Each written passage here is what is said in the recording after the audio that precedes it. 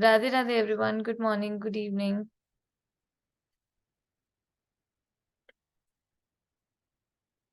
Welcome to Daily. Okay, it's already 9 o'clock. I guess Nitinji will be here soon.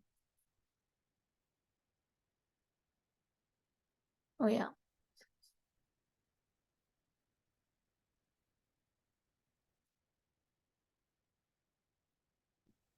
Radhe Radhe Nitinji. I think I made it just in time. Oh my God. Over to you, Nitinji. Okay, thank you, Radhe Radhe. Good morning, good evening, everyone. Welcome back to our weekly Bhagavad Gita sessions. Hope you are doing great and excited to be back. I am certainly. We were having a great time at the retreat and got a lot of memories coming out of that retreat, and equally excited to be back. And I'm hoping it's the same with you as well. So let's get started. We have been talking about a very interesting topic on Karam Yog, and we will continue to build on that. We'll try to put it all together, and then we will also talk about Karam Sannyas in our next chapter. So without much ado, let me share my screen, and we will get underway with our topic of our discussion today. Are you able to see my screen? And if you say no, I'll know why. You should be able to see my screen. Okay, are you able to see my screen now? Yes, now we can see it. We'll make it full screen though. Yeah. All right. So let's get started with our opening prayers.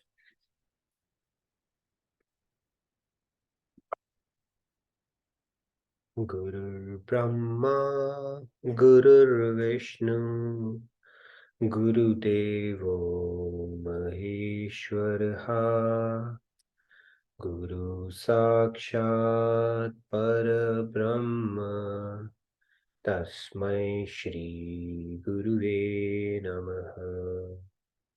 Vasudeva Sutam Devam Kamsachanuramardanam Devaki Paramanandam Krishnam Vande Jagadgurum Krishnam Vande Jagadgurum. Radhe Radhe, good morning, good evening to all of you once again. So let's get started. So we've been talking about Karam Yog, and today I think we will probably have some new participants join in as well. So I'll do a quick recap of what we have been talking about Karam Yog for the benefit of them. And then I'm always open to have any questions that you may have. We have feedback tracker, and then you can reach out to me personally on the feedback tracker, or otherwise, if there are any fundamental concepts you think are not making sense, I'm more than happy to have an offline conversation with you on that as well. Now let's get started. The shloka that we are doing, we are on chapter 4, verse 18, 19, 20 is what we are doing, but we are talking about action in action, which helped us get to the concept of Karam Yoga that we have discussed earlier. So we'll go a little more deeper into that. So let's get started with the shloka, and it is 2.47. We go in sequence, but we go back and forth. So you will never miss out on any of the fundamental concepts that you need to know about Karam Yoga or Bhagavad Gita. So that's how we go. We pace it back and forth. So you get both the range as well as the depth. So with that said, let me recite this shloka and then we'll get into the topic of our discussion as well.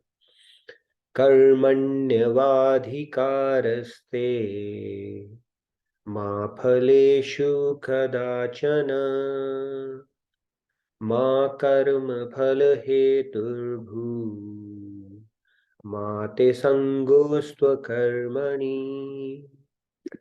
Okay, let's take a few volunteers. Radhe Radhe Shyamji. Shyamji, please go ahead. Yeah, Radhe Radhe. Karmanyevadhikaraste ma phaleshu kadachana ma karma phala heturbhurma te sangostva karmani. Radhe Radhe. Okay, thank you, Shyamji. I see a few more hands. Radhe Radhe Samji. Please go ahead. Radhe Radhe. Mannevadikaraste Bhakaleshu kadachana Bhakaram Parvetu Bhakti Sando Satyakarmani. Radhe. Radhe, Radhe, very nice. Thank you, Samji. Tarunji, Radhe Radhe, please go ahead. Radhe Radhe कर्मण्येवाधिकारस्ते मा फलेषु कदाचन मा कर्मफल हेतुर्भू मा ते संगोत्सव कर्मणि. Wonderful, very nice. Thank you, Taranji. Okay, Radhe, Riya ji, yeah. Radhe Riya ji. Radhe Radhe. Karmanyevadikaraste ma phaleshu kadachana ma karma phalaheturbhur ma te sangostva karmani. Wonderful, very nice, Riya ji. Thank you. All right. Last but not the least, Sandhya, go ahead. कर्मण्येवाधिकारस्ते मा फलेषु कदाचन मा कर्मफलहेतुर्भुर् मा ते संकोऽस्तु कर्मणि.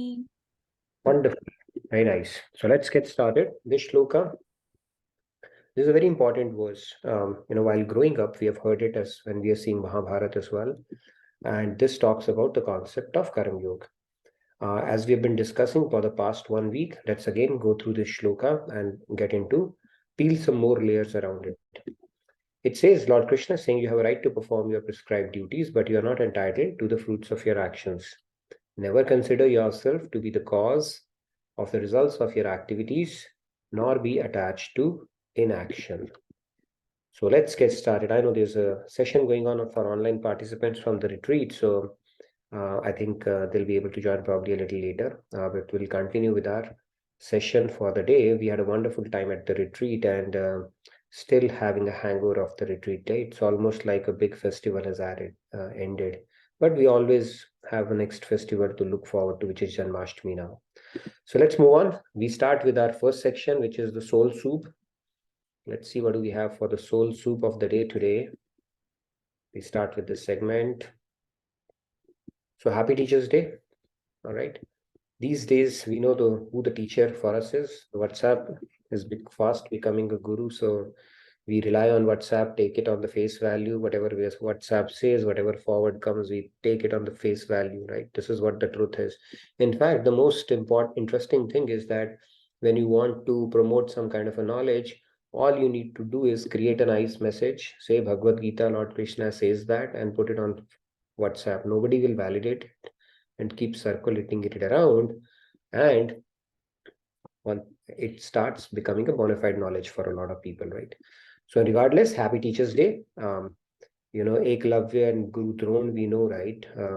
We all need teachers in our life, and we have spoken about this concept that even in the material world, we need a teacher to perfect or master any subject.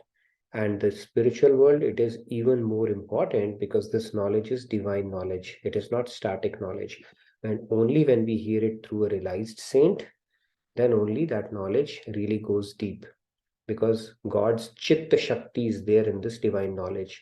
And it is not a static knowledge. Depending upon what stage of life and what stage of spiritual trajectory you are on, you will keep on getting more and more depth out of it. Right? So you read it first, something will click. Next time, a little more. And as you go on, it keeps on progressively, your realization will keep on increasing as well.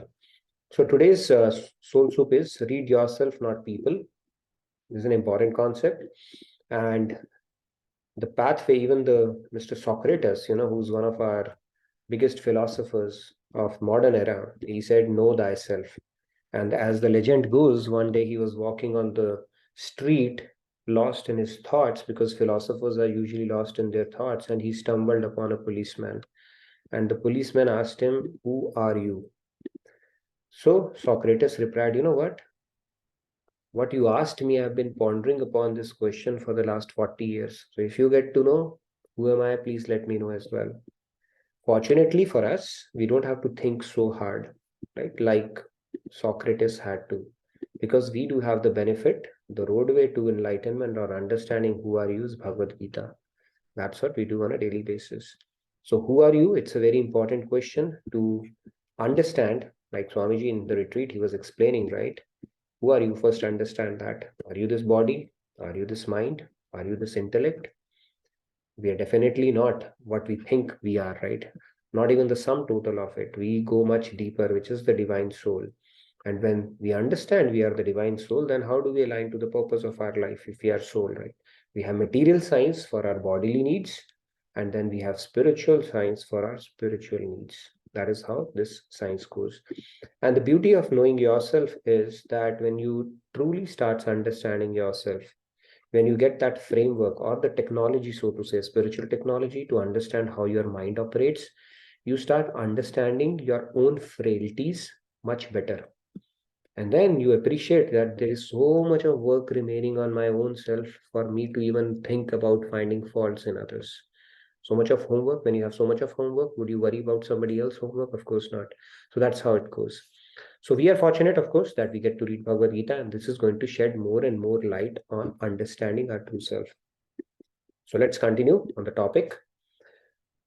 Before that, here is the Dallas retreat picture we got. So thank you, Sandhya, for putting it together. So you see, this was one of the shots we took in our picnic or the nature walk, which is in one of the key segments in all the retreats. And you can see the faces. Now, the ones which are circled, they are not the most wanted ones. They are the ones from our session only, Bhagavad Gita session. So we had a pretty good turnout. And a lot of people, they are part of our sessions. So just wanted to call that out. So thank you, Sandhya, for circling all of the people. And you'll see some more faces in the coming sessions as well, because a lot more people will be joining from the retreat as well. Praveenji, I saw him briefly turn on his video. So thank you for turning it on, Praveenji. In fact, I'd strongly encourage all of you to do that. So welcome to our session, and it's a pleasure to have you in our sessions, Praveenji. And I see David joining as well, David Anderson.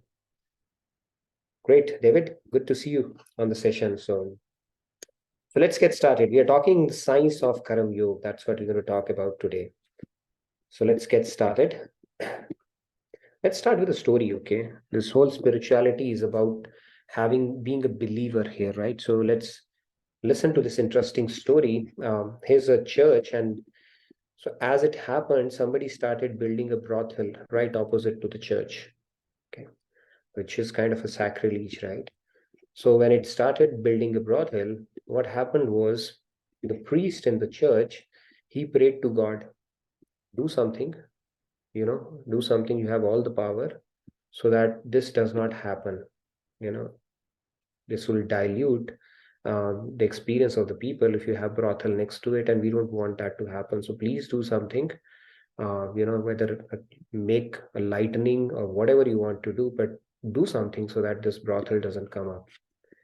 And as it would happen, God answered his prayer, and there was a lightning that struck, and the brothel was decimated on one of the evenings. Now after that, what happens is the owner of the brothel, guess what he does? He sues the priest, he sues the church, and says, these guys prayed to God, and because of them, my brothel, my business got decimated. So he sued the church. Now the case goes to a judge, and when he has the hearing, the priest says he pleads innocent. He said, of course not. You really think God exists? What kind of a joke it is he's talking about? And this guy is adamant. He's saying, no, God does. He prayed for it, and I have seen it happen. So the case became very interesting. Right? So the judge said, this is the very first case I have seen where the brothel owner is saying God exists, and the father is saying that God doesn't. So it kind of became very interesting. So who do you think has more trust in God, right? Nevertheless, this is an ironical case he picked up, as one of the lectures in Swamiji. I found it very interesting. He conveys the message in a very nice way. We say, about God, but we don't truly believe in it, right? Until this incident happened, and then you know what happened? This became a very interesting case where the brothel owner is saying it's because of God it has happened, and the priest says, of course not. God cannot do such things, right? Or he will not come just because you are praying to him in that sense. Nevertheless, let's move on. So now we are going to talk about this 2.47, which is a shloka worth emulating or practicing 24/7, as we have spoken about. And all the concepts that we have spoken out, we will do a quick recap and see how do we put it all together and utilize it in our day-to-day lives. Okay, so what? We understand the concept. So now let's look at how can we benefit from it by implementing it in our day-to-day lives. So we spoke about this concept for the benefit of everyone. Just a quick recap so that we can build on it. There are two kinds of actions. The first type of action is the actions that we do with our intellect and mind. Every action that we do requires mind. We need to put in the knowledge, bring the skill to the fore, apply our intellect because it makes the decisions, and then we do the action. We need to use this faculty to drive our senses and to accomplish any action that we do. And then there is a second kind of action, type 2, which is mind and intellect is needed regardless in this action as well. But there is another variable or dynamic in it, which is attachment. Now the attachment comes. Okay. So you see there's another variable that got added. So these are the two kinds of actions. I'll try to explain it through some analogies as well. The good news is that our mind is extremely malleable, like a metal is. So we can train our mind to either do it objectively, some action, limited to mind and intellect, or convert that attachment or put that attachment in perspective so that it works to our advantage. It is trainable. Our mind is trainable. We are not stuck with our mind. It is extremely trainable. In fact, it has infinite capacity to get trained. So these are the two types of actions. Hope you are able to understand that. This is the very basis of this whole discussion. Okay. So let's move on. And in this verse, there are 4 tenets of Karam Yog. What are the 4 tenets of Karam Yog? There are 4 principles that we need to follow. The first one is do your duty, do not concern yourself with the results. Immediately your mind will rebel and say, hey, if I don't worry about the results, then how am I going to perform? It doesn't mean you become complacent. You still set goals, you still set milestones like in corporates, they do. That's the only way to exceed. But then you are not focused on the result. We looked at some examples, Michael Phelps, who's the most successful Olympian, and some cricketers, some of the high achievers in sports, they emphasize the need to focus on the process, because process is something which is within the sphere of our influence and not the result. When you start excessively worrying about the results, it impacts your performance. In fact, you perform suboptimally. And we looked at some of the analogies like a surgeon performing an operation. He may be doing that surgery with a great precision, patient after patient, but as soon as the surgeon has to deal with somebody of his own family where there's an attachment, not mind and intellect is used, but then the attachment comes, then his hands start shaking because attachment makes them worry, anxiety, and then they are not able to perform to the best of their ability. So that is the first principle. Then we said the fruits of actions are not for your enjoyment. I'm going to explain you analytically a little bit more, because our constitutional position is that being a servant of a God. And when the servant serves the master, he automatically gets what he needs in return. But when the servant inserts itself in the position of the master, that is not a natural position to be in. And that is where we end up committing a lot of binding karma and the problem starts. This equation we have disrupted. Third is, even while working, give up the pride of doership, because God gives us the energy. He's the source of energy. So when we build a pride of doership in the name of self-esteem, it's actually counterproductive. Okay. This actually violates the principle of Karam Yogi. We can go back again to that concept a little bit more, but this is the key thing. And the fourth one is, do not be attached to inaction, because inaction, if you procrastinate, if you are lazy, if you don't do the needful, or if you run away from your responsibilities, it is strongly condemned in Bhagavad Gita. That's not the way out. Don't be an escapist. Do the needful, do it to the best of your abilities, but leave the result to God. That is essentially what Karam Yoga is. It is a silver bullet to stress management. You might have come across a lot of self-help books, but this hits right at the nail on the head, or goes to the root cause of what causes stress. That is the attachment, not the hard work. And if you can follow these principles, stress is automatically taken care of. Shweta ji, you had a question? Radhe Radhe Shweta ji. Yes, I have. I would like you to elaborate on one thing, Nitinji. You said the fruits of the actions are not for your enjoyment. Sure. Like in material world, if we are working and earning money, how is this? How is it for God to enjoy? I mean, we are making money for our family. Can you Sure. please elaborate? Thank you, Radhe Radhe. Sure. So there are two ways of looking at it. Somebody wants to rise up the corporate ladder. Now you ask him why. If he wants to do it so that they can increase their earning, so that they can increase their, they can see that there are two things that can happen. So that they can acquire more objects of consumption for their own self. They can enjoy life more. Or you earn more so that I can give more. Both options are there, right? What we do is we want to earn more so that we can enjoy more. So that is called bhog, and bhog leads to rog. God says do yoga, and that will take you more closer to myself. So this is a bit of counterintuitive, but this is how it works. Let me first explain it to you analytically, and then I will get back to the concept of what when you let go of that aspect. Let's understand that part. So if you look at this whole hierarchy, Purusha is the Param Purush, the God. Then he glances at Prakriti, like Swamiji was, if you are attending online or in person, he was saying, God, he glances at Prakriti, and then the Prakriti swings into action. Through Prakriti comes Mahan Ahankar, through that Panch Tanmatras, the 5 elements, and the whole creation comes about. Okay. So, because the Param Purush, the vantage position or the original entity is God, so he's automatically the CEO, right? The CEO is the person or the entrepreneur who has created the company, and everybody else is subservient to him. So that is the constitutional position, right? And when Jivatma, like if you look at it, Jivatma, if it inserts itself and starts to enjoy Prakriti instead of the Param Purush himself, it is an unnatural position. And that is where we are actually getting stuck. And what Lord Krishna is saying, it's like a hand-stomach relationship you have with me. Mame vansho jiva loke jiva bhuta sanatana. Even Ramayana says, Ishwar ansh jiva avinashi. We are an integral part of God, one of his parts, fragmental part. And as a part, our natural position is to serve the whole. Every part serves the whole. What comes from mud goes back to mud.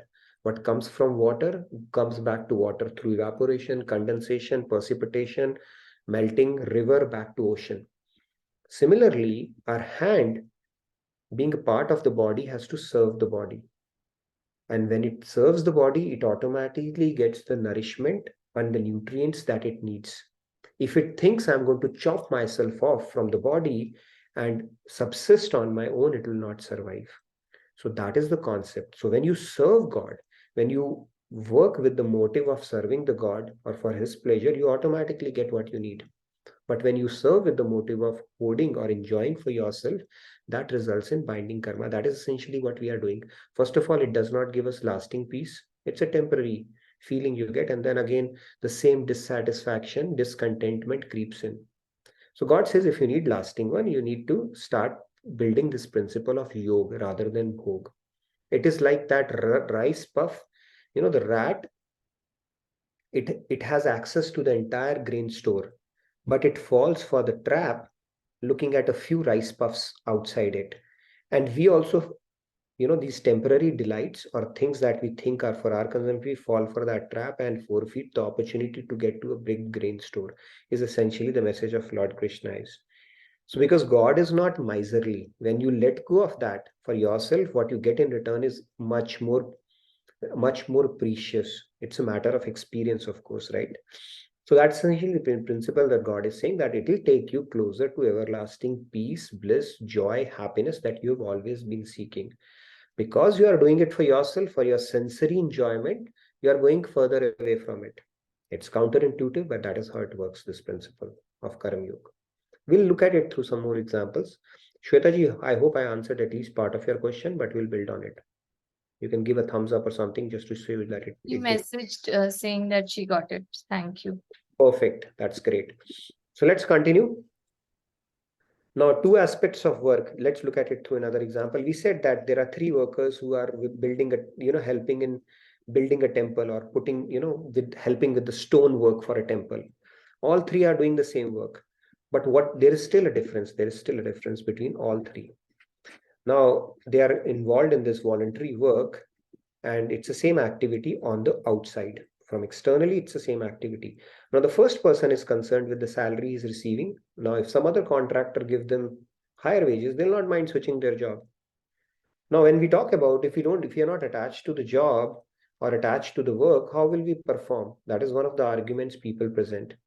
Now, let me ask the CEOs of a company, you think they're attached to their company or their work? No. You give them double the salary, they won't mind switching it at all. So, in this particular case, similarly, this contractor who's doing the work, all he cares for is the higher wages. He will not mind switching the job. So, act is the same. The second one, he has a big picture in mind. He thinks, he has the motivation that he's contributing towards a holy cause. He's going to build a temple or a church. People are going to congregate. It's going to become the nucleus of the community, and he's contributing to a big picture. So he has a little more bigger consciousness around it. But he doesn't mind a bonus, of course, right? If he gets paid for that. But at least he's doing it for a bigger cause in his mind. And he still has a sense of, and the third person, he's engaged in this voluntary work as a service to God.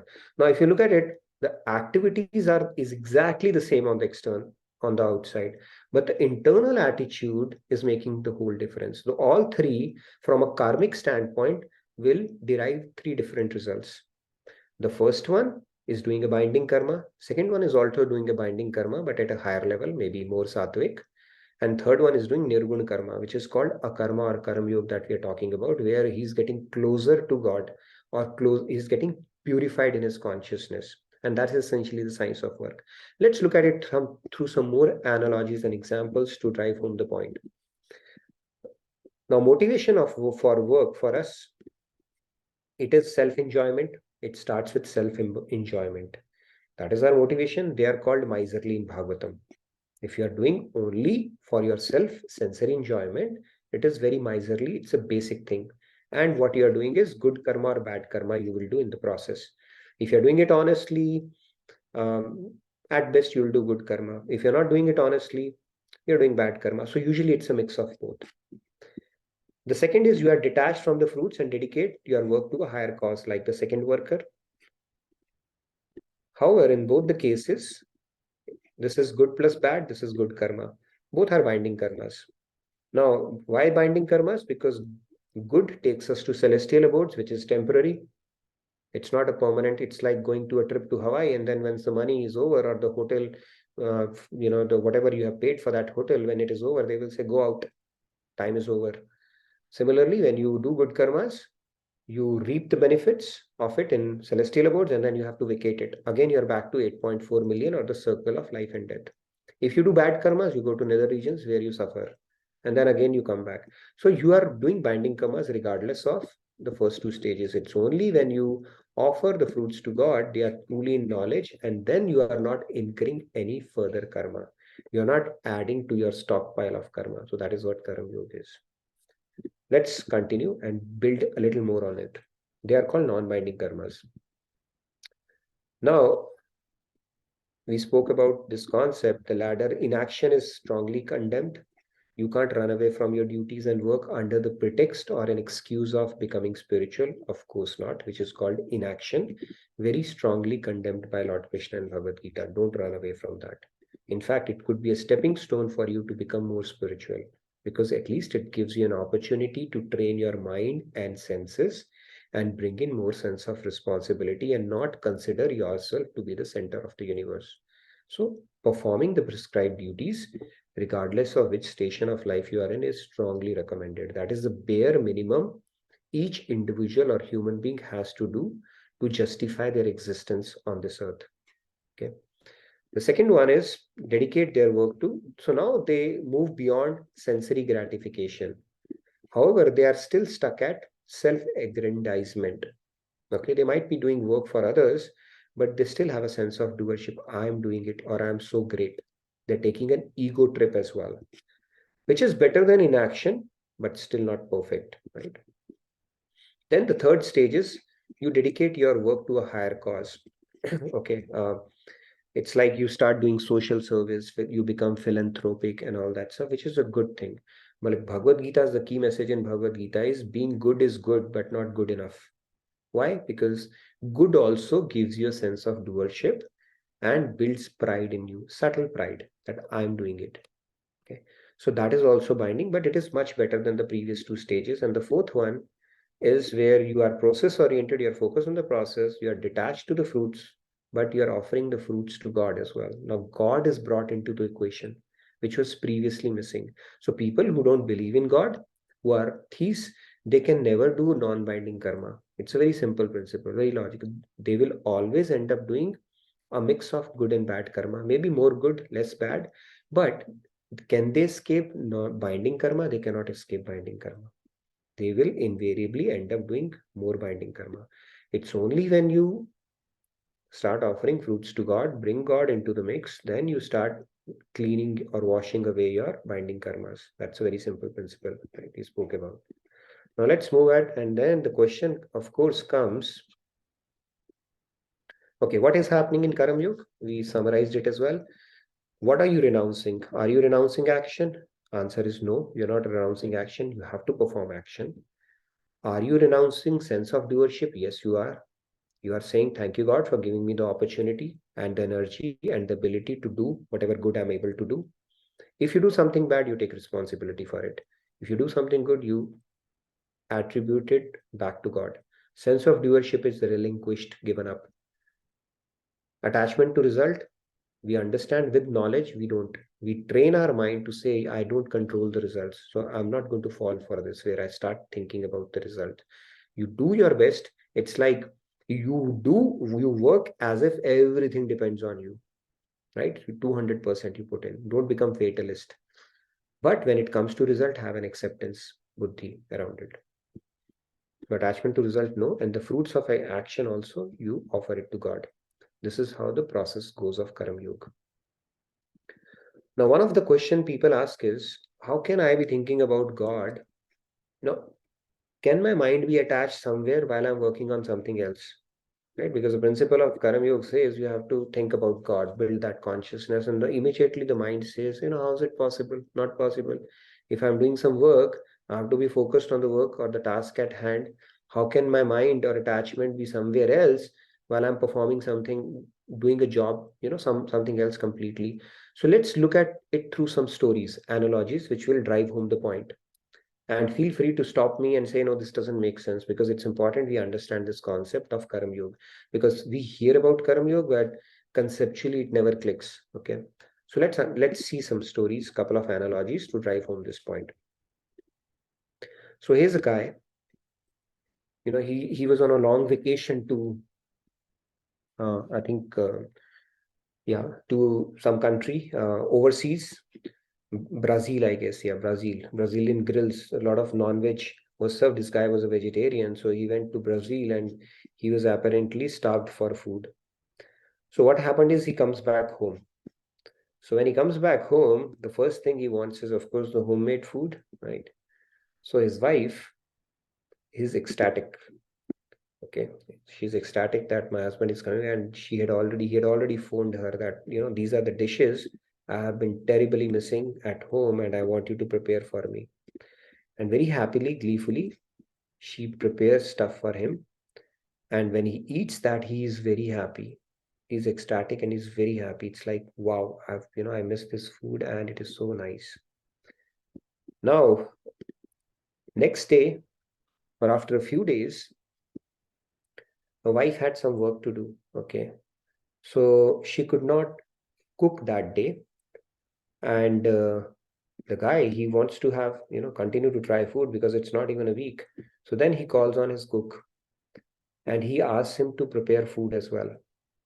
And he prepares food and he enjoys the food equally well, right? The food, the taste, all the stuff that he wanted to enjoy, he relished that as well. Now the act is same, and the performance was also similar, but something was different in both the acts. You know what was different? The difference was revealed in the testimonials they gave after they had prepared the food. The testimonials, when the wife met her friend, she asked, how was it? As your husband is back and what did you prepare? She was riding on cloud nine. My God, he's back and I had prepared this and that. So she was very happy and excited about it, because having that privilege to cook food for him after such a long time, and she was very happy. So basically, when she was cooking, all she was thinking was about her husband, right? Although she was cooking, but back of the mind, who is she doing it for? Husband. On the other hand, this cook, when he went back home after a long day at work, because that guy had given a long menu of things he wanted to try, he came back home to his wife and family and said, you know what, the boss has come back and I wish, he'd had stayed for a little longer. And now I had to work so hard today. So apparently he was not very enthused or happy about putting in that hard yard that day. So even though when he was cooking, his mind was in his own family. But did it disturb the quality of the work that he did? Of course not. The master was equally happy with the food, right? Wife might not like it if her work is not appreciated more than what he got from their cook. But then the point is, the quality of work did not suffer, even though one was doing it with an attachment for the person who was going to directly consume it, and the other person was doing it where their attachment was to his own family. Still, he was working. Right? Let's look at it through another example. So here's a boy. He wanted to marry a girl. So when he asks for a hand of the girl from the father says, you know what? First of all, you've got a torn jeans. Secondly, you don't earn six-figure salary. Okay. So you need to earn six-figure salary before I can give my daughter to you.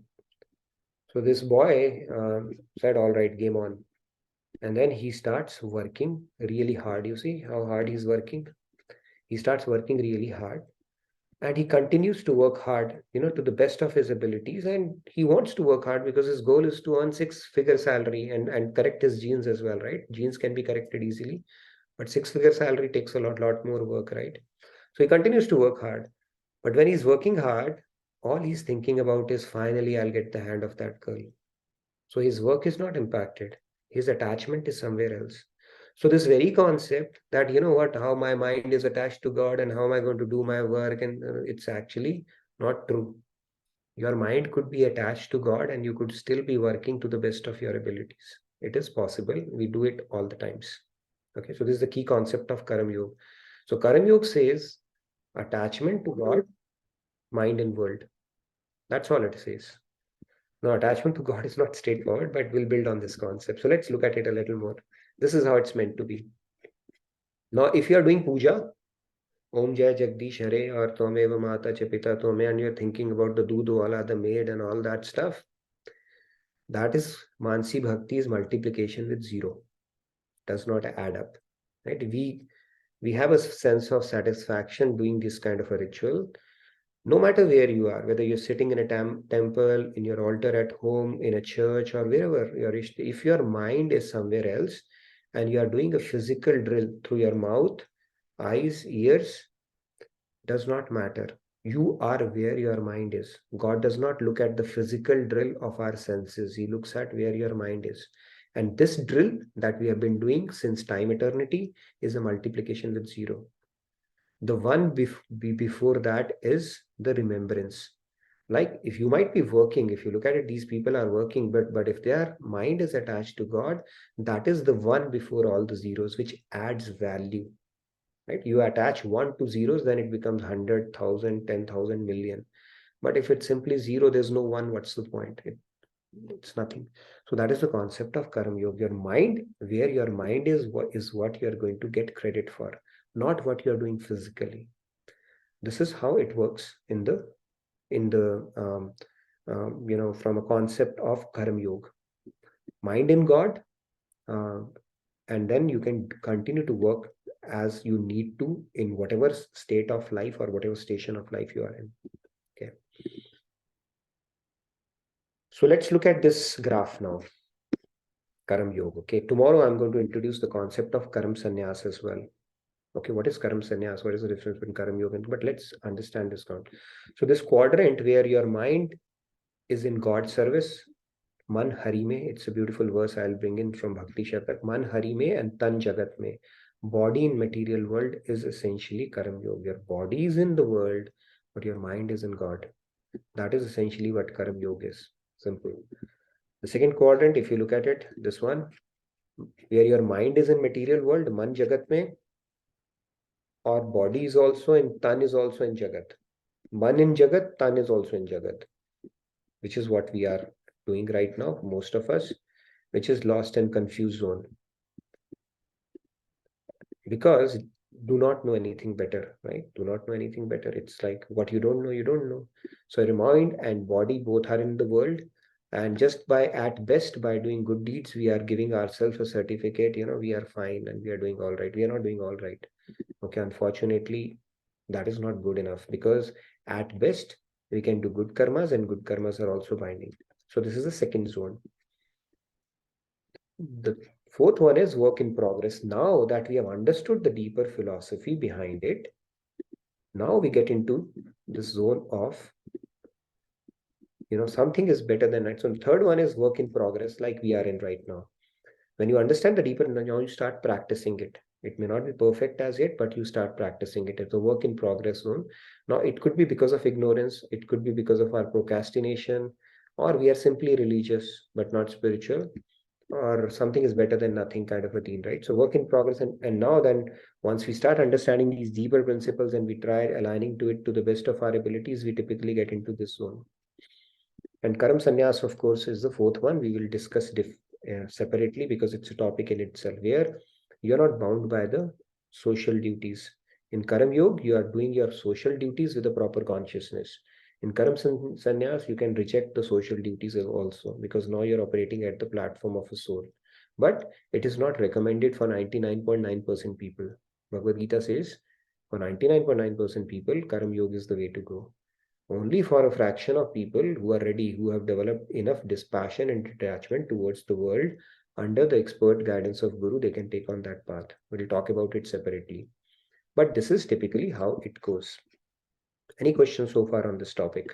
I know we have covered a lot of theory around it, and might give us an opportunity to tell us the area, the struggle points for us. So if they have any questions on what we have spoken about, or where you think we can apply the concept of Karam Yoga, or why to apply Karam Yoga, now is the time for having that interaction. I'll open it up. I already see a couple of hands. Arunji, Radhe Radhe, please go ahead. Radhe Radhe, Nitinji.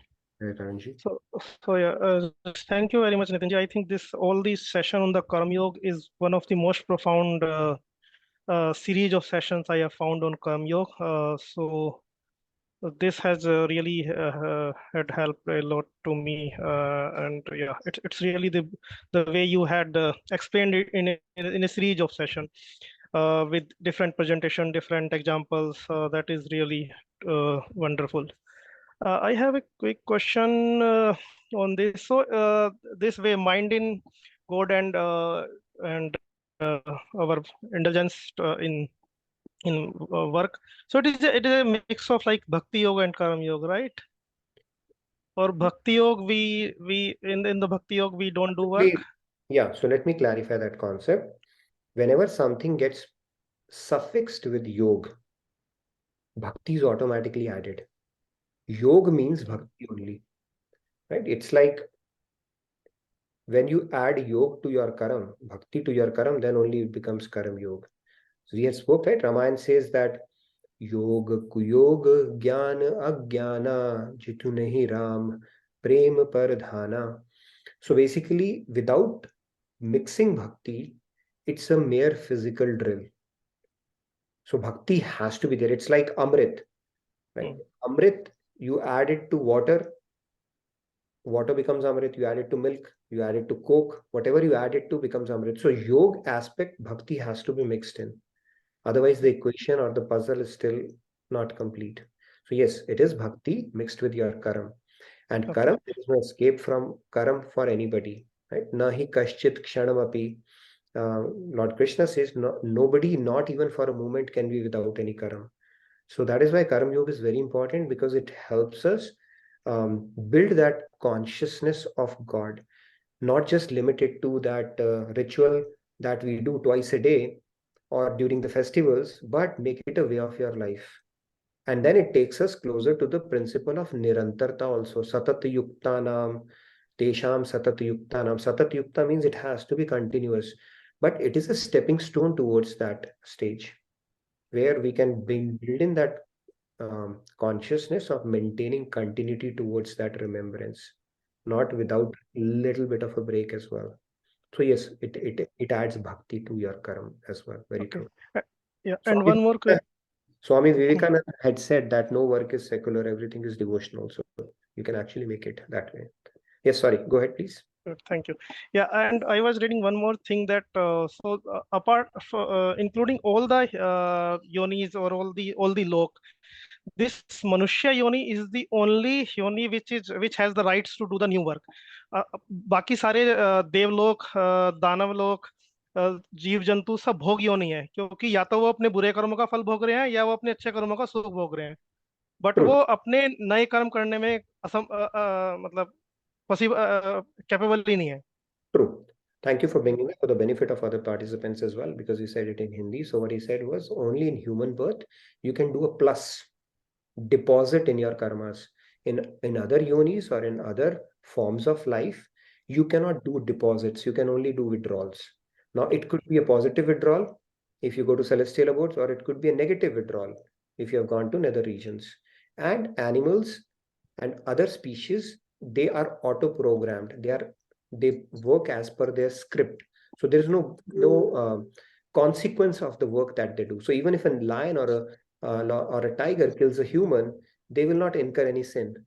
But if a human kills a tiger or a lion, he'll incur a sin, because he's given the discrimination power. And as a human, we can do plus and minus, both withdrawal and deposits. But in other species, we can only do withdrawals. They are called bhogyonis. They don't have that ability to make further deposits to get closer to the goal of life. Good question. Thank you for that. Thank you. Yes, Usha Kiranji, I see a new hand. Yeah, Usha Kiranji, Radhe Radhe, please go ahead. Yeah, hello. So Nitinji, actually, yesterday I was attending my kids' parents teachers meeting, and all the subject teachers, they were giving me like such good feedback that he got out of in all the subjects. But while I was listening to that, I don't know, somewhere I didn't get the happiness. As I was thinking, the purpose is beyond the knowledge, right? But on the other hand, God has gifted him with such intellectual mind. So how do I relate that with the spiritual purpose? Like, uh, I want to appreciate and thank God for giving him that intellectual mind. On the other hand, I'm not able to relate how that would be helpful in his spiritual growth, which is the ultimate purpose of the life. I don't know if I am. No, I understood. Yeah. See, when we Yeah. grow up in life, we don't use a plus b whole square to solve the problems of life, right? They Yeah. are much more complex and nuanced. So if somebody is endowed with special intelligence, it is a good thing, because when really intelligent people, their intelligence is dovetailed towards God, they go really deep into look at Swamiji. He's an IIT IIM alum, right? Which is kind of a MIT Harvard kind of a combination in US. He's super intelligent, but they are able to think deeply. So just pray to God that now that you have endowed him with special intelligence, make sure that that intelligence is utilized in the proper path. If he becomes a good human being, if he understands the deeper secrets of life, the divine laws and how to align to them, the purpose of life, the deeper questions of life, not the mundane question of life, how to become rich, successful, and all that stuff. All that is very superficial.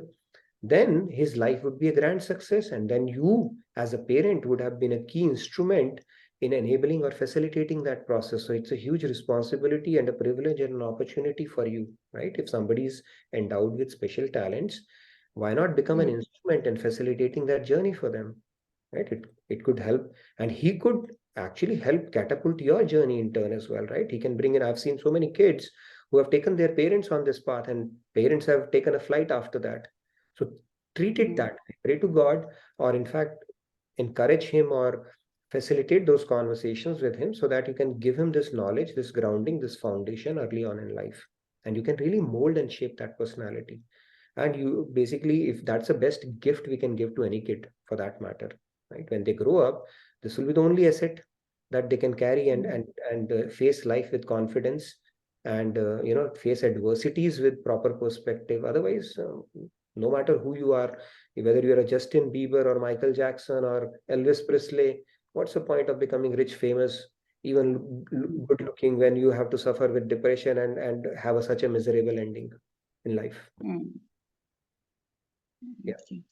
Because I was thinking in the devotional path, it's ultimately your intellectuality has to shut down, right? And then you have to No. just surrender. No, it's an intelligent faith. No, you don't have to shut down your intellect. If that was the case, the very first thing Arjun asked, then Krishna would have told him one thing and said, shut down your intellect, just listen. No, it's a very beautiful dialogue that is unfolding between Krishna and Arjun, right?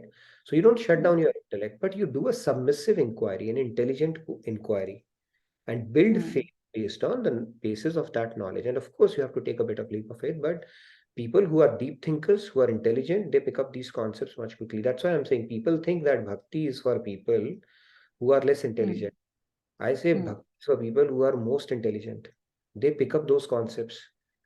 Getting to Radhe Govind Radhe is not for ordinary people. Right? Okay. You can, for the life, you can continue to do intellectual gymnastics without getting the real thing.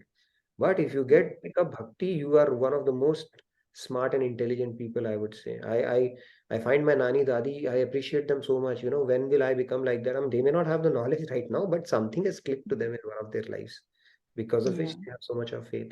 So yeah, you can always dovetail it, mold it, and give them those opportunities early on in life so that they don't get overly obsessive about the materialistic thing and have a balanced perspective to life. So you have an opportunity, especially if your kid is endowed with special talents early on in life. Okay. Thank you. No worries. Thank you, Shaji. All right. Excellent answer, Nitinji. Thank you so much.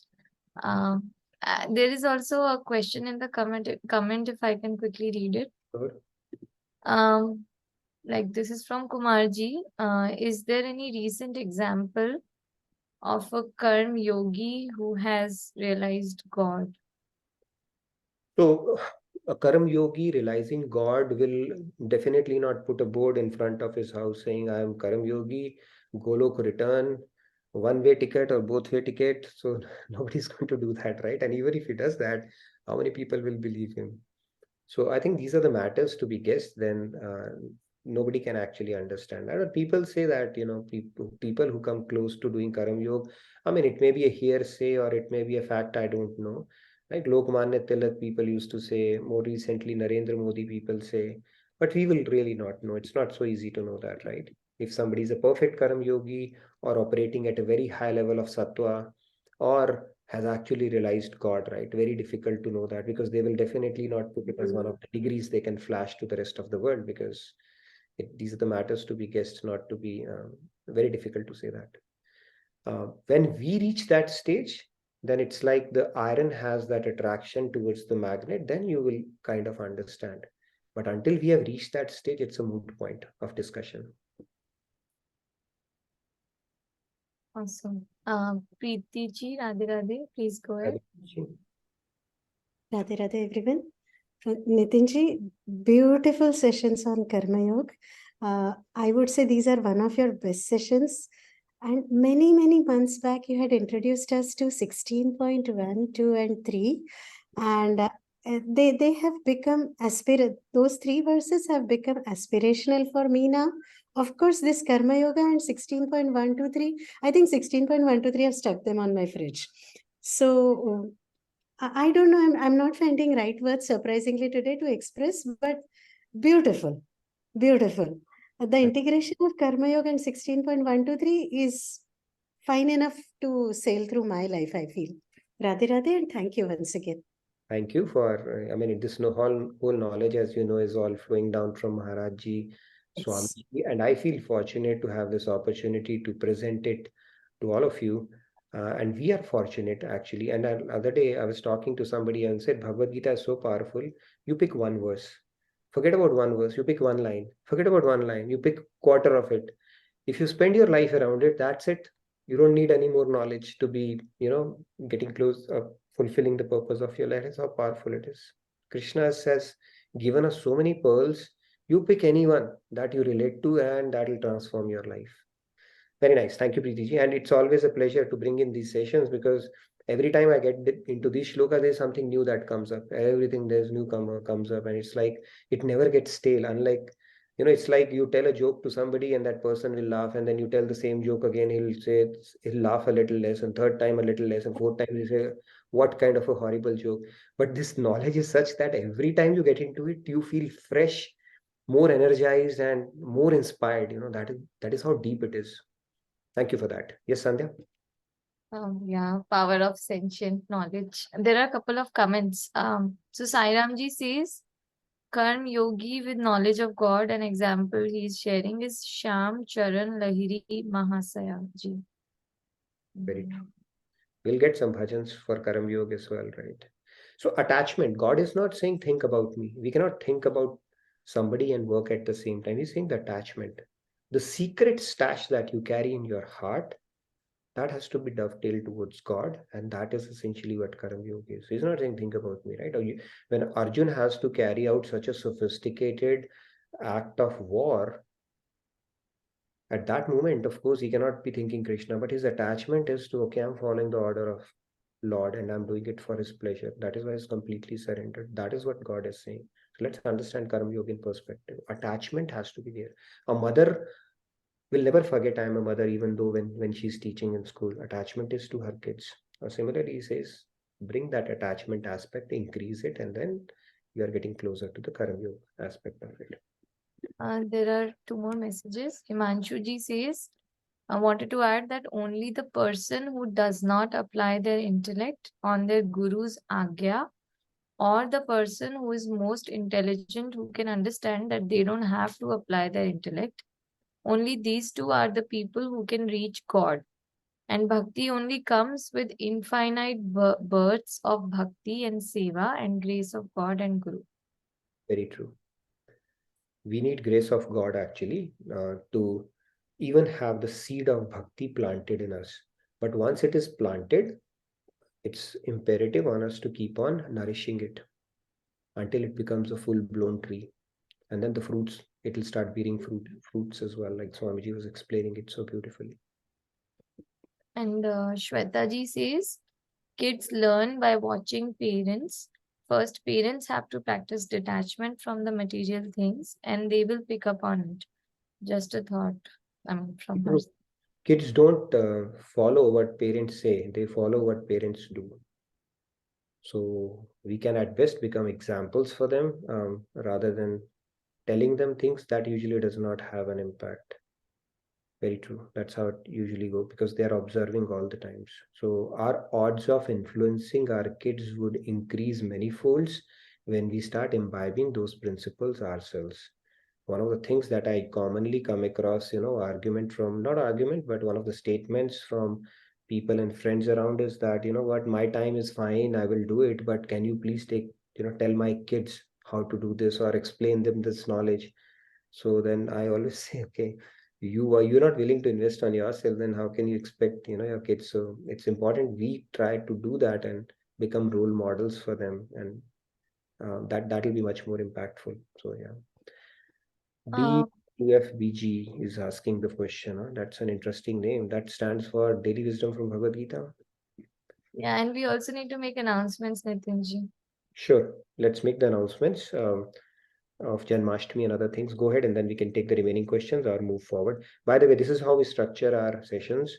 We start with the soul soup segment, then we go into the theory of a shloka, and then the last 30 after 10 o'clock, you're welcome to stay back. We get into the devotional segment where we do a little bit of chanting as well. So this is the structure of our program, and you're welcome to stay back for the announcements and the next segment as well. So go ahead, Sandhya. So yeah, the main announcement for the day is the upcoming Janmashtami celebrations. We have 4-day-long grand celebrations of Krishna's birthday at the Radha Krishna temple, at which all of you are invited. There's going to be lots and lots of events, Krishna exhibition, like Govardhan setup, and then there'll be leelas, there'll be midnight birthday celebrations, kirtans, satsang by Swamiji, and all of this will be in the presence of Swamiji right here in Dallas at Radha Krishna temple. So whoever can be present physically, do not miss out on this opportunity. And I think many things will also be broadcasted online. We will also have online trivia conducted by Nitin ji on Janmashtami. So come join, utilize your intellect there to learn more about Krishna. So yeah, that is it about Janmashtami. I've already shared the information in chat. I will reshare it. Apart from that, we have a feedback tracker that I've posted the link for multiple times. So please fill that up. You can put in your comments, questions, or any feedback that you have for the sessions. Nitinji will look at it and he will personally get back to whatever requires attention. That's it. Yes, please fill out the feedback tracker. I'd always love to hear from you, and any questions that you think we can always bring it to those sessions as well, or I'll reach out to you if you have any questions. So please do fill it out. And thank you for putting me in the dock for the trivia session.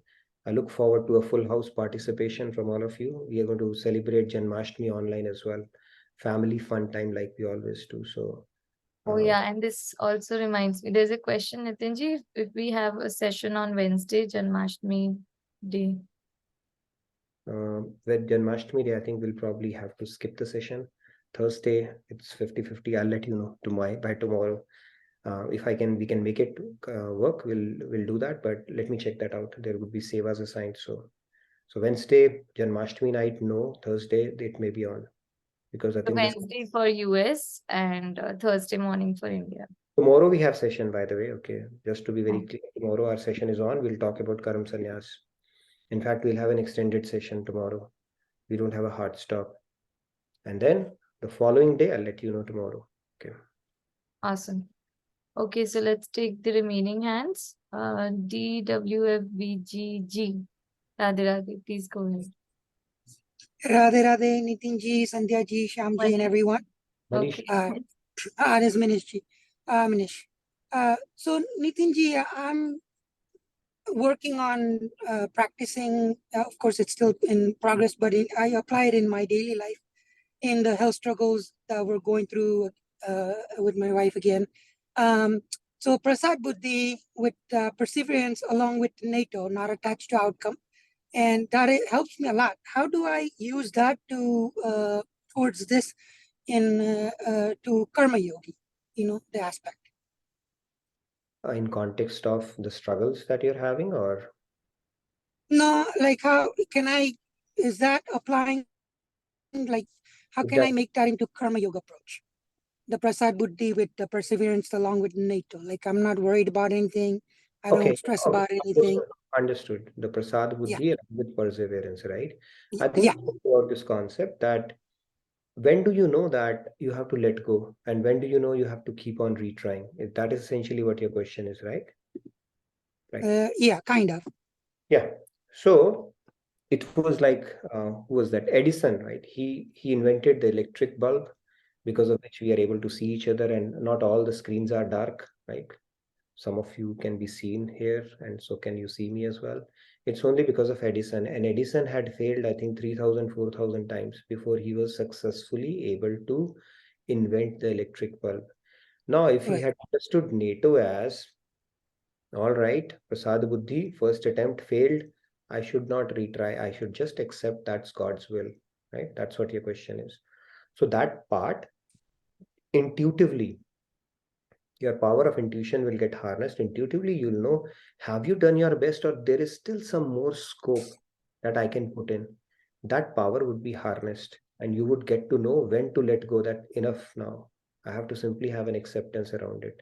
That would be more guided by your intuition. Now, intuition right now presently is guided by your mind and intellect only, but as you progress, you will get a guidance around it. But for now, you can always seek guidance from your guru. In case there's a particular situation, you are not sure, you are in a dilemma, you think your intuition is not a good compass for you at this point, then ask your guru at that point. Okay, they'll be able to guide you. But yes, we have to know when to let go rather than stressing over the outcome. Yeah. So the process, how do you apply that into the Karma Yoga aspect, using the Prasad Buddhi aspect? Can that be done? Prasad Buddhi aspect is when you go to a temple and a prasad is offered to you. Yeah, you you accept it. You you- accept it as how So- you, whatever you got. Whether you get a good deal or a bad deal in life, you accept it as the prasad of God, and you don't crib Right. about it. So if you start complaining in your head about something that you thought, that what you thought should have been the case, then you have violated that principle already. You see what Right. I'm saying? So prasad buddhi means make peace with it quickly. Yeah, Don't- yeah. Accept whatever comes your way. I got that. Mhm. Yeah. So then you're Um. aligning to the Karam Yoga principle. Yeah, that's what I was trying to say. Is how do I align that to Karma Yoga? Like That is every, prasad is buddhi. that automatically? If I apply that, is that automatically aligning Karma Yoga? You are aligning with Karam Yoga. You are aligning with principle of surrender also in that case. Okay. Okay.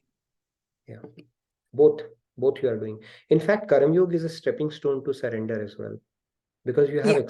acceptance. You don't complain and crib in your head at that point. Anyway, complaining, cribbing doesn't help, right? So it's just a consciousness purification that we need. Has Yeah. complaining, cribbing helped anybody? No, it hasn't, right? So the quickly you make peace, keeping the big picture and the deeper knowledge in mind, the better off we are. That's essentially what it is. But thank you for the question. Let's move Yeah. to Kumar. Yeah. Thank you. Radhe Radhe. Radhe Radhe. Nitinji, can one say that Prasad Buddhi directly aligns with two of the tenets of Karma Yoga, like detachment from result, as well as offering fruits to God, right? So Very true. Good mapping. True. And also to the principle of surrender as well, right? right. Okay, awesome. Kumarji, Radhe Radhe, please go ahead. Jai Shri Ram, everyone. Yes, My question is, in addition to what Sandhya ji asked for me, is, do we, our karma yogis, can they be God realized? Now, logically, yes, we should say, but as I see, again, I totally agree with what you're saying, Nitinji, that no one advertises themselves as God realized or even self-realized. But there are some people whom we know, like, for example, Sri Ramana Maharishi, right? He was self-realized. So probably some poets of the real old times were God realized. But I somehow feel Karma Yoga does not lead to God realization. You will have to do Karam Sannyas at some point of time to realize God. No, it's an incorrect understanding. If that was the case, Krishna would have put that hierarchy. You first do Karam Yoga, then gain an eligibility for Karam Sannyas, and then only you can achieve me. That's not the case. Ambarish, Prahlad Maharaj, Janak, all they were Karam Yogis. Okay, so you can attain God through Karam Yoga. There's no two ways about it. You're talking about Janak Maharaj, which is like... He was already there, but it's not, nowhere in Bhagavad Gita it is stated. I've asked this question specifically to Swamiji, and there's absolutely no incremental thing that you do Karam Yoga, then you do Karam Sannyas, and then you realize God. No. Through Karam Yoga, you can realize God. It's very simple. Because you would have perfected your surrender when you have done Karam Yoga for a long period of time. Right? So there's no need for you to do Karam Sannyas as such. But do we know of any such example? Again, they won't advertise, but we would kind of know. Again, we would not exactly know, but there are some people who are great, right, spiritually. Would we know of such examples at all? Because I cannot think of any such example of the times I'm talking about. The times, I mean, if you ask me the reference of saints, they are in their lifetime, nobody comes to know about them. It's only after their lifetime people start singing praises about them. and they understand the gravity of what they gave to the humanity. So we only have examples of Mirabai, Tulsidas, Kabir Das, Nanak, Tukaram, and all those saints, right? If there is somebody more recently, you will come to know about 500 years if you are reborn again. Okay, you don't get to know about them in your lifetime. In fact, they are vilified during their lifetime. Typically, all the saints, sages. That's how it goes. So it's very difficult to know that. We can only take an educated guess. We know Maharajji, he was an avatari. He was not even, you don't even bracket him as Karam Yogi, right? He was an avatari. He was divine, anyways.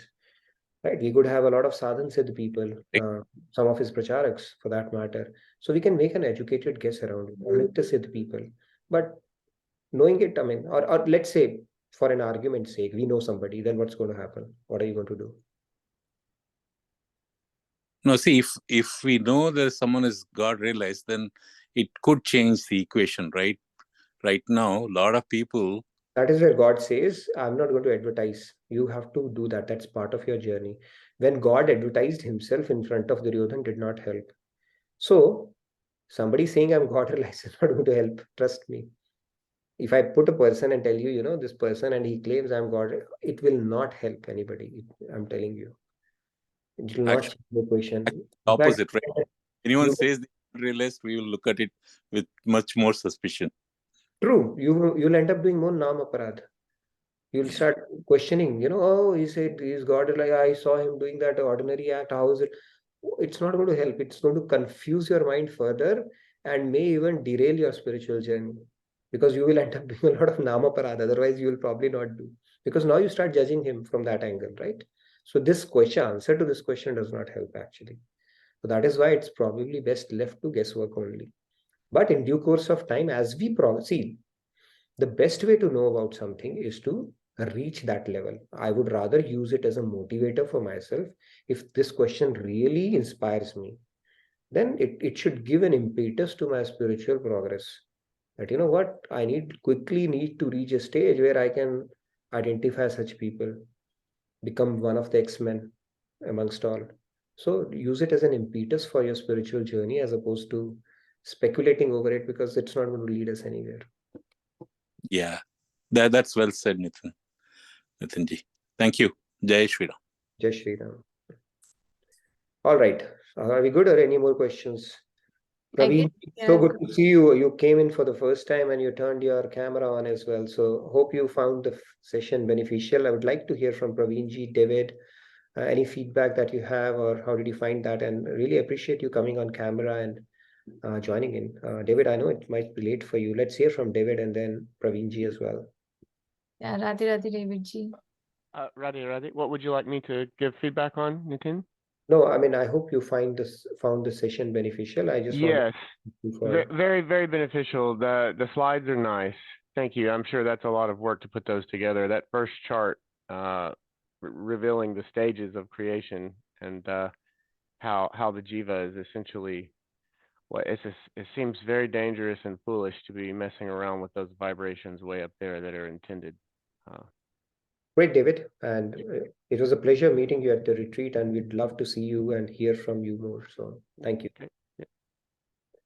All right, Praveenji, how was your first session? You made a debut for Bhagavad Gita today.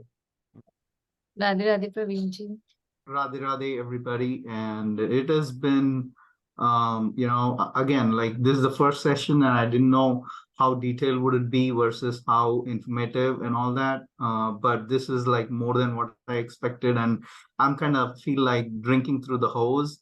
There is a lot of information and I have to probably go back and kind of decipher certain things in here because it's all a little bit overwhelming for me being first time getting into the class.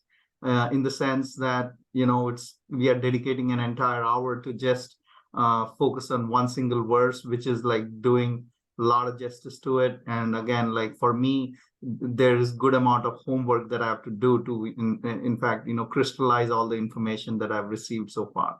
So again, putting it to practice is the next level.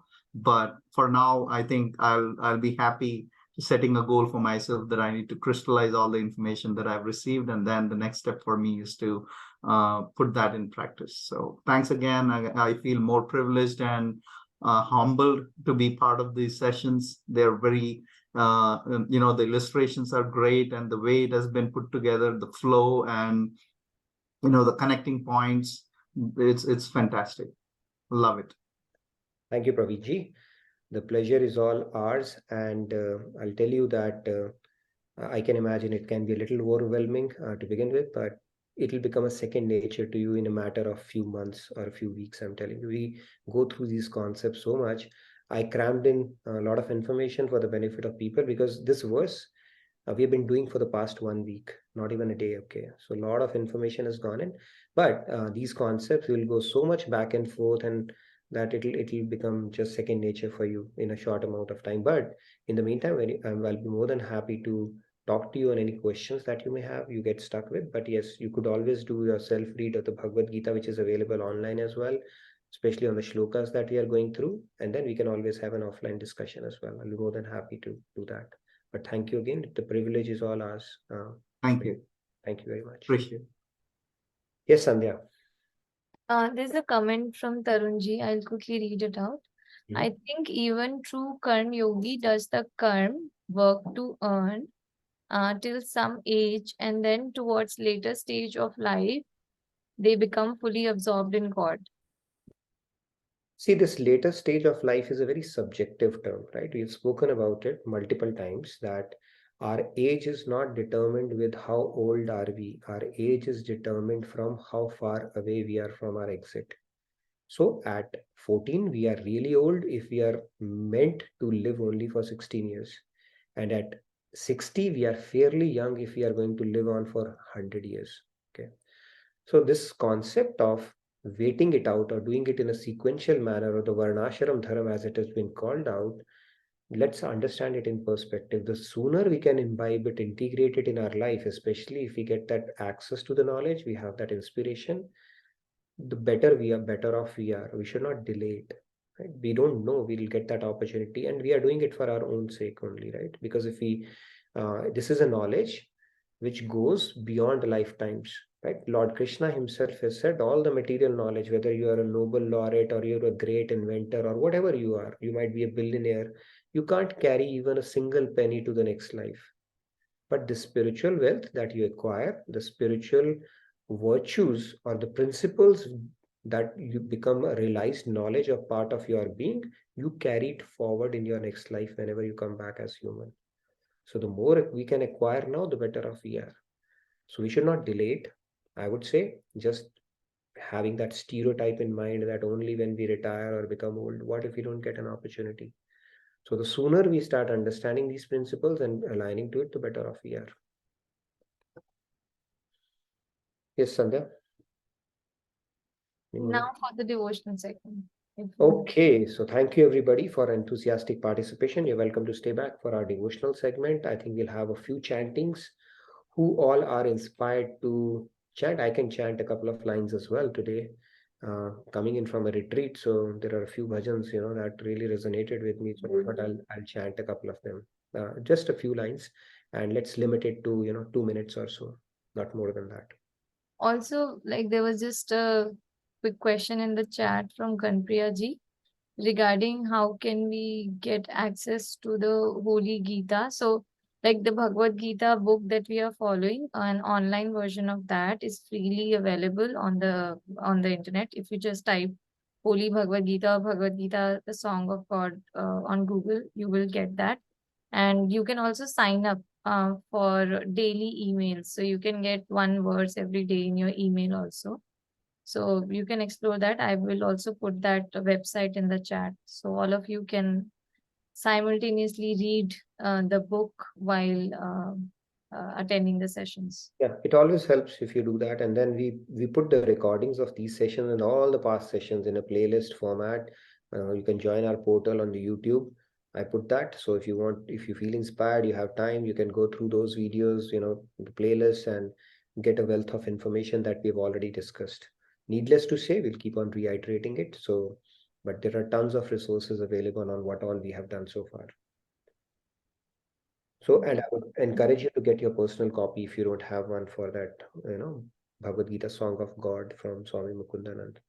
Like it is said, if you can't explain it simply enough, you've not understood it well enough. And that book is a testimonial to that. You read it, it is like to any logical thinking, rational mind, it will just click like this. So beautiful it has been written with such nice analogies. Right? So yeah, please do check it out. Yes, Jyoti ji. You want to chant today, Jyoti ji? Please go ahead. Radhe Radhe. Yeah, I wanted to sing. Please go ahead. I'm not a great singer, so sorry for my apologies.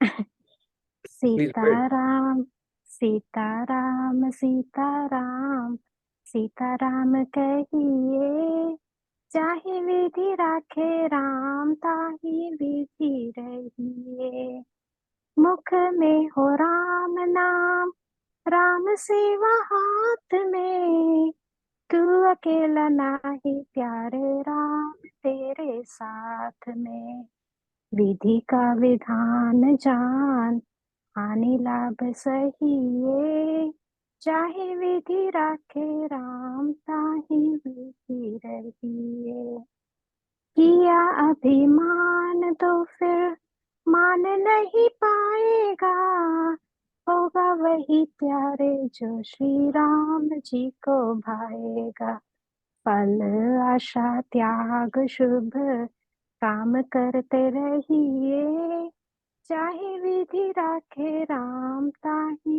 विधि रहिए, जिंदगी की door सौंप हाथ दीनानाथ के, महलों में राखे चाहे झोपड़ी में वास दे, धन्यवाद निर्विवाद राम नाम कहिए, चाहे विधि राखे राम ताहि विधि रहिए, आशा एक राम जी से तुझी आशा छोड़ दे, नाता एक राम जी से दूजा नाता तोड़ दे, साधु संग राम रंग अंग अंग रंगिए, चाहे विधि राखे राम ताहि विधि रहिए, सीताराम सीताराम सीताराम कहिए, चाहे विधि राखे राम ताहि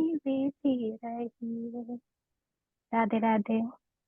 Radhe Radhe, Jyoti ji. Beautiful, sweet, melodious bhajan. Thank you so much for bringing it to our session. Loved it. Thank you. Thank you. This goes with the material that you're teaching, so I could not resist. Radhe Radhe. Very nice. Beautiful. Loved it. All right. I'm going to go next. Nobody can stop me now. No, just kidding. Okay, before I forget, okay, that bhajan, it's playing on my head. So let me do that couple of lines and then I love this bhajan and it was sung in the retreat as well. So I said, okay, let me do that before I forget.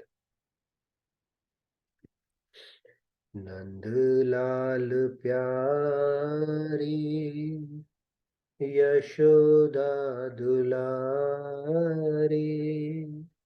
नैनों के तारे करहूं तिहारी मनुहार प्यारे करहूं तिहारी मनुहार प्रेम पिपासा लेकर आई सुघर सलोनी छवि मन में समाई ना जप जान ना तप जान ना पहचान केवल आस तिहार ओ प्यारे केवल आस तिहार आशा का बंधन टूट न जाए, लगन मिलन की छूट न जाए। ओ बनवारी ओ गिरिधारी कृष्ण मुरारी, सुनहु दीन पुकार, ओ प्यारे सुनहु दीन पुकार।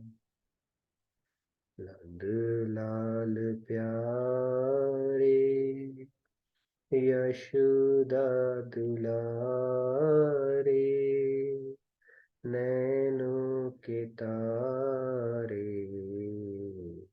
करहूं तिहारी मनहार। प्यारे करहूं तिहारी Mahnar. All right. So the favorite line for this is, it's a very beautiful tattva gyan in it as well. Na jap janu, na tap janu, na pehchanu, karuhum aas tihar. Neither I know jap nor tap, nor do I know how you look, but I will still keep waiting for you. So it's a very beautiful thing, right? That's all you need. All you need is a virah bhav, or desperation to meet God, and that's all we need. Everything will fall in place. Okay, now all yours. Who's singing next? Sandhya, you want to go next? Swati ji has also raised her hand. Swati ji, go ahead then Sandhya, and then we can And wrap up. excellent, excellent. Thank you, Nitin ji, for reminding that entire ambience of retreat. Yeah, it's a beautiful bhajan. Okay, two more hands. We'll take Swati ji and then Sandhya, and then Yes, Radhe Radhe. Okay, Radhe Radhe. Radhe Radhe I'll Swati. sing only 5-6 lines. Usually I make it sweet or small only. Sure, sure. अलबेलो हमारो यार प्रेम के बंधन में, अलबेलो हमारो यार प्रेम के बंधन में, नहीं जात समाधिन योगिन जे, नाचता नाचता थई ये ब्रज मारिन राधे, ब्रज मारिन की तार प्रेम के बंधन में, अलबेलो हमारो यार प्रेम के बंधन में, नित खोजत वेद ऋचान जी, बनी यशोमति के सुत कानाते, बंदे उखल राधे, बंदे उखल मिले निहार प्रेम के बंधन में, अलबेलो हमारो यार प्रेम के बंधन में. Thank you. I want to be in that bandhan forever with Krishna. Radhe Radhe. Very nice, beautiful. So yeah, Karam Yogi discussion we are doing. I think we spoke about Maharaj Ji was an avatari. Swami Ji is a live example, right? Other than that, of course, you have to guess around that, right? So it's not so easy to know and say about that. So those are examples which are very natural that come to our mind. But other than that, you of course have to do some guesswork around it. Yes, Sandhya. Let's wrap up our session with Sandhya going to sing some bhajan. Go ahead, Sandhya. So this is another one from the retreat that we heard today, and I really love this bhajan, so I'll just try to sing it. गुरुदेव दया करके मुझको अपना लेना, मैं शरण पड़ा तेरी, चरणों में जगह देना, गुरुदेव दया करके मुझको अपना लेना,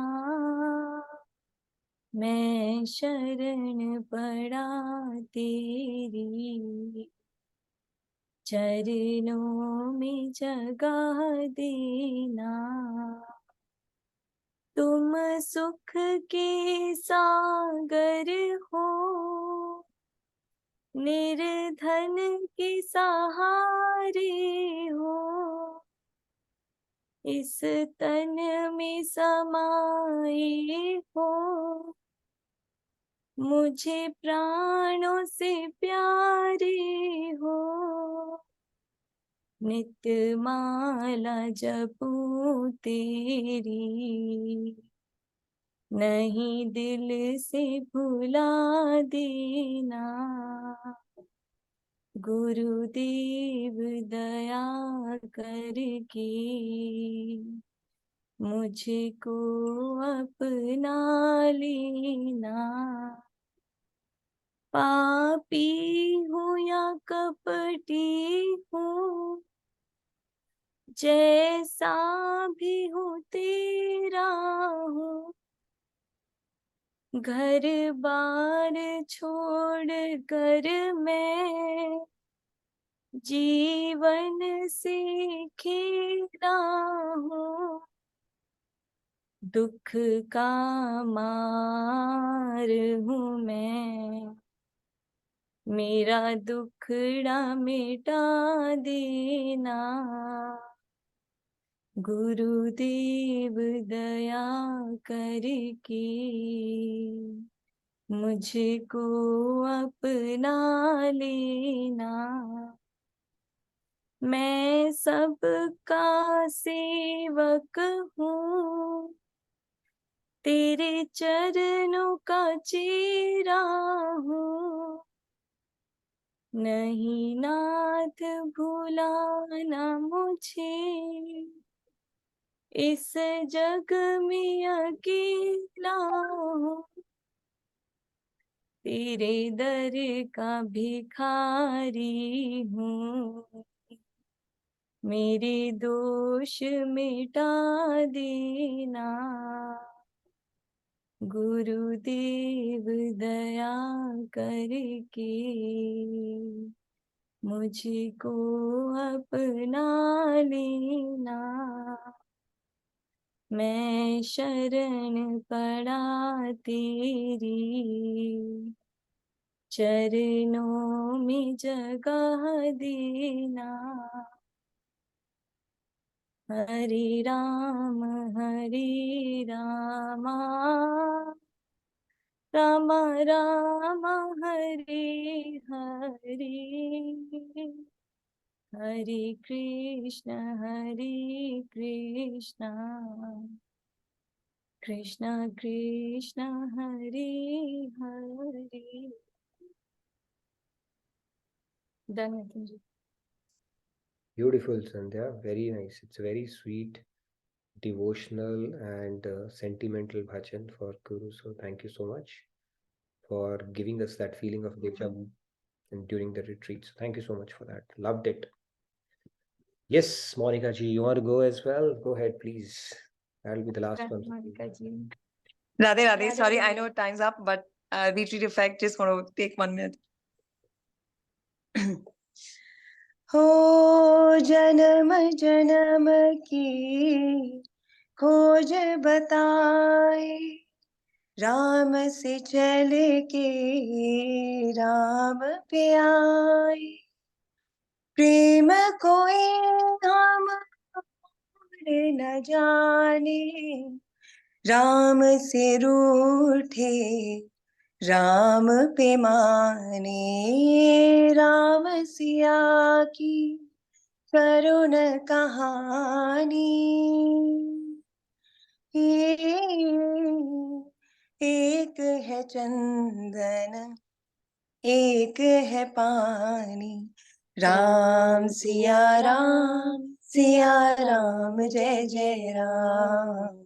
राम सिया राम जय जय Ram. Radhe Radhe. Short and sweet. Beautiful. I think you're prepping up for getting ready for the Ram Leela presentation.